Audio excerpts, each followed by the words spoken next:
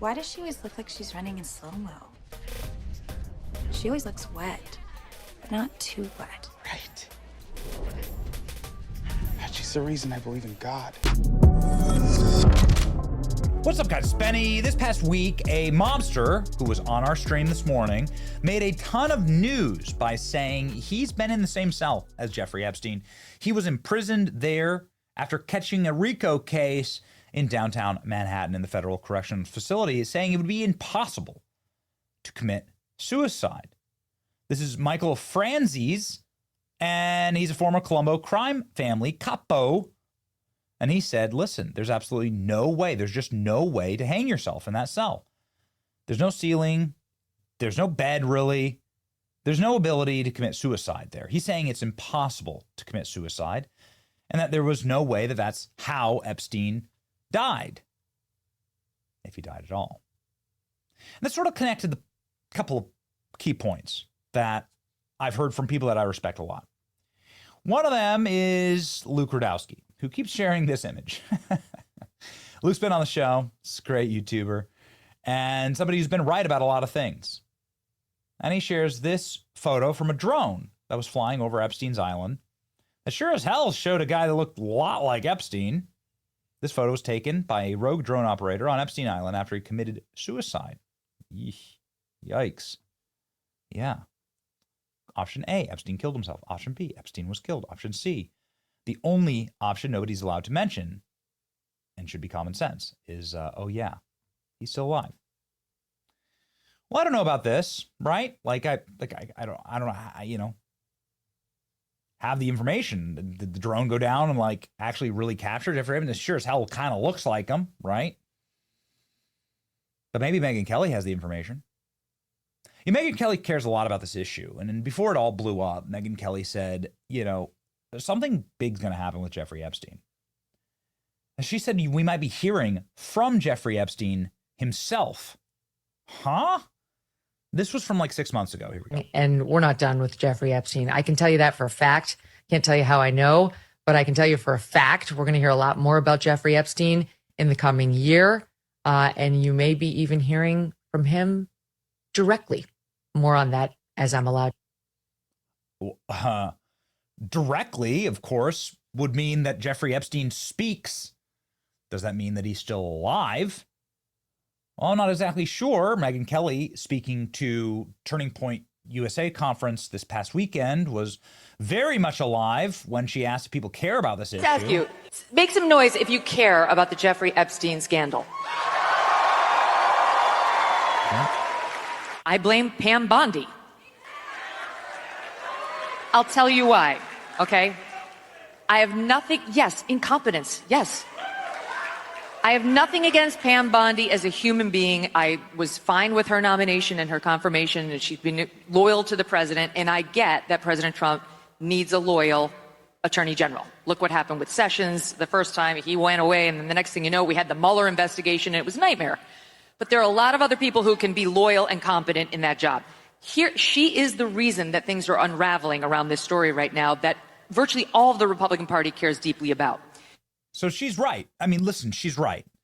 And the 7,000 people in that room are right, and they are rock solid MAGA base supporters. I spoke right before this, and the response was the same. And so Megyn has decided to do quite a series on this and has decided to debate Ben Shapiro on it, actually. It's a wild debate and fascinating. But this is the part where, I don't know, you gotta ask Megyn her sources. And I've asked, and I hope to have her on the show soon. We actually have her booked on the show.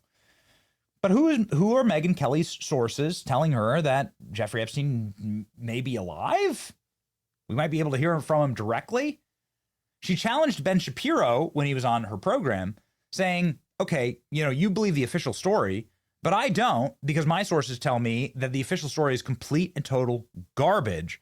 And there's something much darker happening here. Working in the realm of the unfalsifiable. You're not, but look, Ben, you can't come to me and say, everybody I know says he killed himself. And then I respond saying, I actually have my own sources who say he didn't. And then you say, well, your sources are not valid because they won't put their names on it. Okay. Well, Who are no, your I'm not saying sources? they're Let's go invalid. I'm down the saying they list should- and then we'll talk about why they might be saying that.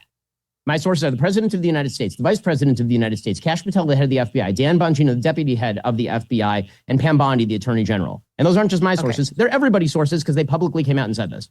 Okay. Trump hasn't specifically weighed in on that specific aspect of it. We've all seen the limited things that Trump has said and tweeted on this. And J.D. Vance was calling for transparency and suggesting otherwise prior to taking office. He hasn't commented on this so far, so he's not So one of somebody your should ask sources. him. He's the Vice You've President. got so he Kash, should- you've he got should ask. Dan, and you've got Pam, and we've already discussed that memo in full detail. I'm talking about people behind the scenes who, prior to this, to Trump taking office, I'm not going to get too specific, but trust me, I have high-level sources who have said they don't believe any of that. Any of that. Okay. So, and I'm not going to out them for purposes of convincing you, but you're telling me name them. No, I'm not going to. I don't have authorization. I'm not saying and then no. you say, well, I dismiss all of it because you won't name them. Hold on, Megyn, I'm not saying you should name them. I'm saying they should name themselves because otherwise they are being complicit in one of the greatest cover-ups in the history of the That's American easy for you to Republic. say, Ben. That's easy. That's very easy for Why you to is say. why Okay, is that so easy for me to say? Why? because you'll have your job and you'll have your millions, no matter Are what you they kidding? do. Megyn, give me a break. If somebody came out today and they were a whistleblower on the greatest scandal in the history of the American Republic, they would make more money tomorrow than in their entire life working for the FBI. That's ridiculous. Okay, there are reasons not to cross the people who are in charge, and that's all I'm going to say. There are reasons not to cross the people in charge. You know, Trump just got shot in the freaking head. It's like Tim Dillon says that that's part of the reason why Trump, he just knows that they'll kill him. He just knows they'll kill him. If Trump goes the full way with all of this, Trump knows that they'll kill him. That's what Tim Dillon says. What are you left to assume when you hear debates like this?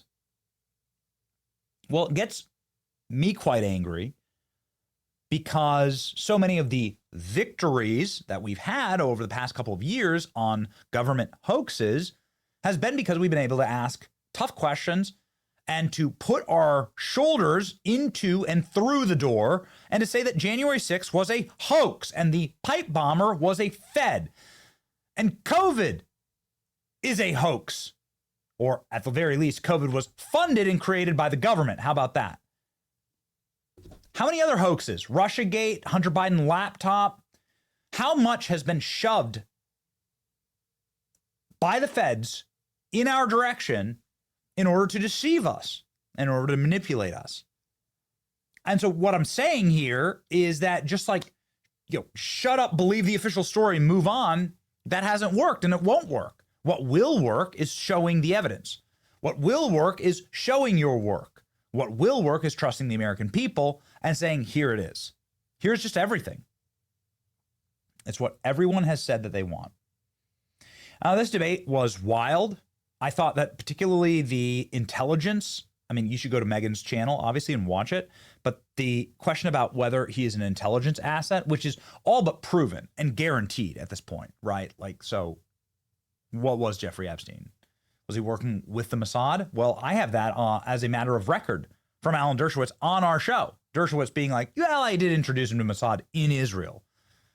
Megyn Kelly having quite the raucous debate with Ben Shapiro over that. And Jeffrey Epstein himself has admitted to being a CIA agent. That's in printing. That's in ink, in print, in the Weekly Standard, as a matter of fact. Okay, whether you like it or not, that's what it really all adds up to. Here's that debate between Ben and Megyn. The only evidence that I've seen related to Jeffrey Epstein and Mossad, so far as I am aware, is a second-hand quote from Vicky Ward at the Daily Beast, who I do not consider a verifiable source, about Alex Azar, the original prosecutor. She was on Epstein from the beginning, though. I mean, her being on Epstein from the beginning doesn't mean she's a credible source. She ran for the Daily Beast and she was arguing about a person who She worked for Vanity Fair. Yes. So what? Vanity Fair is a shitty publication.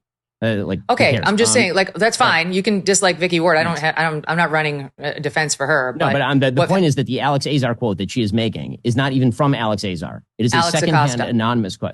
Thank you. Sorry. Alex Acosta, the prosecutor who ended up being labor secretary.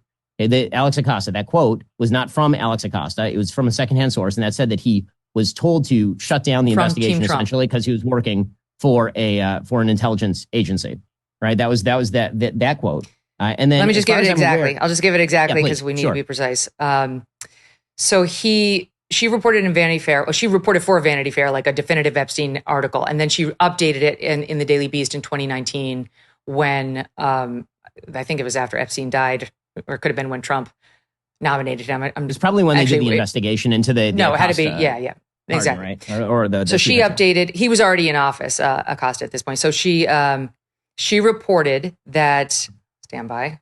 I've tweeted out now. I'm looking to find it. Okay, that she had spoken with a member of the Trump transition team when Trump was taking office, who told her that when they talked to Acosta about possibly becoming the labor secretary, they said, "Is this Epstein thing, this settlement that you oversaw, going to be a problem for us? You know, because you're the guy who basically gave him that slap on the wrist."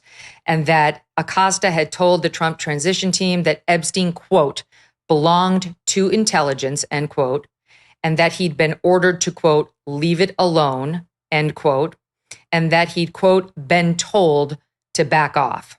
He later was on the record, Ben, as saying Maine Justice was the one who told him to settle that case and that they had approved of the Epstein plea deal. So that's him. We know that Maine Justice did tell Alex Acosta to settle that case. What we don't know is whether he in fact said all that stuff to the Trump transition team. Well, he was asked about this at a hearing, I believe, a congressional hearing, and he said that there are a lot of rumors out there and you shouldn't believe everything you read. I believe was something close to the direct quote from the congressional. We have it. We have it, yeah, right, Deb? Do we have it? Sorry, stand by. We have it on camera. It was first asked, it was a press conference on July 10th, 2019. This is the first we know of that he was asked about Vicky Ward's report. Watch. Secretary, were you ever made aware at any point in your handling of this case if Mr. Epstein was an intelligence asset of some sort?